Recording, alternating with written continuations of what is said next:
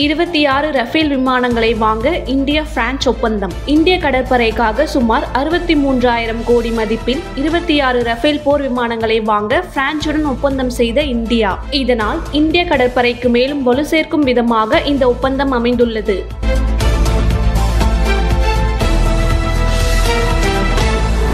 காஷ்மீரில் தாக்குதல் நடத்திய நபர்கள் சம்பா கந்துவா எல்லை வழியாக ஊடுருவி சுமார் 1.5 ஆண்டு காலம் இந்தியாவில் வசித்து வந்துள்ளனர். இதில் தாக்குதல் நடத்திய காசிம் மூசா என்ற நபர் பாகிஸ்தான் ராணுவத்தின் பரா கமாண்டோவாக இருந்திருக்கிறார்.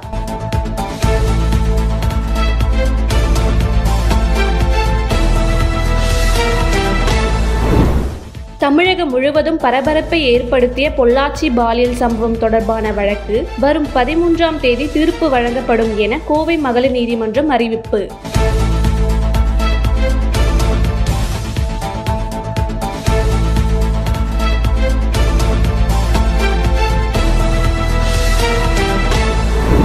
இரண்டு மாதங்களாக நடைபெற்று வந்த தமிழக பட்ஜெட் கூட்டத்தொடர் இன்றுடன் நிறைவு பெறுகிறது.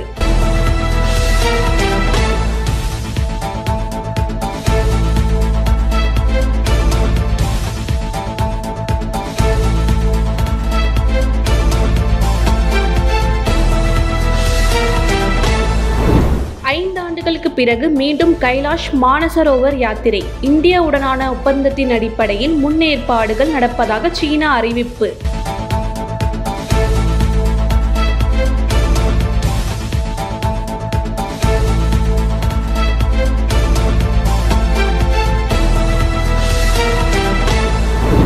தமிழக அமைச்சரவையில் மீண்டும் இடம் பிடித்தார் மனோ தங்கராஜ். பால்வளத்துறை அமைச்சராக பொறுப்பேற்பு.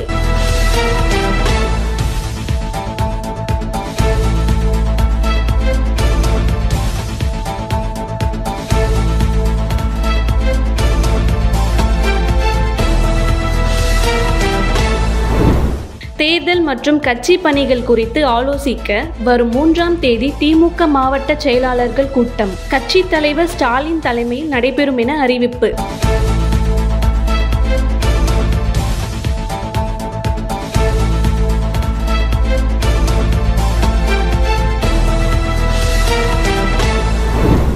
புகழ்பெற்ற மதுரை மீனாட்சி சுந்தரேஸ்வரர் கோவிலில் சித்திரை திருவிழா கொடியேற்றத்துடன் இன்று தொடக்கம்.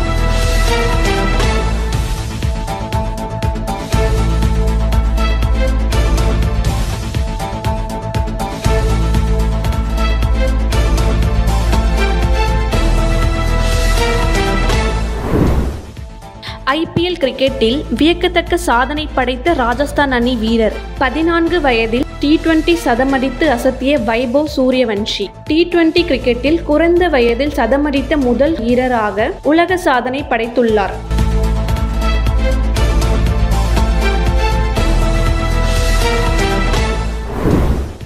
பாவேந்தர் பாரதிதாசன் பிறந்தநாளை முன்னிட்டு தமிழக அரசியல் கட்சி தலைவர்கள் பலரும் அவரது உருவ சிலைக்கு மரியாதை செலுத்தி வருகின்றார்கள்.